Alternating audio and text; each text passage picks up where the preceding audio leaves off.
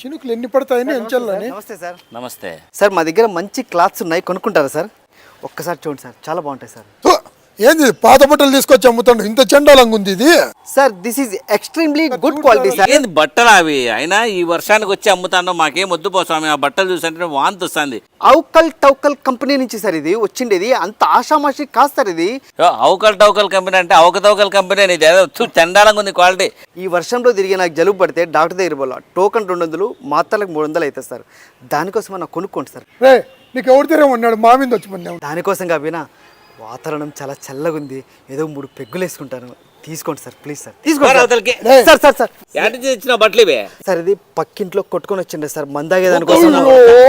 పక్కింతో కొట్టుకొని వచ్చినావా? Sir sir ఒక 20 రూపాయలు ఏంటి సార్, మందాగే సార్ అంతే, 20 రూపాయలు ఏంటి సార్.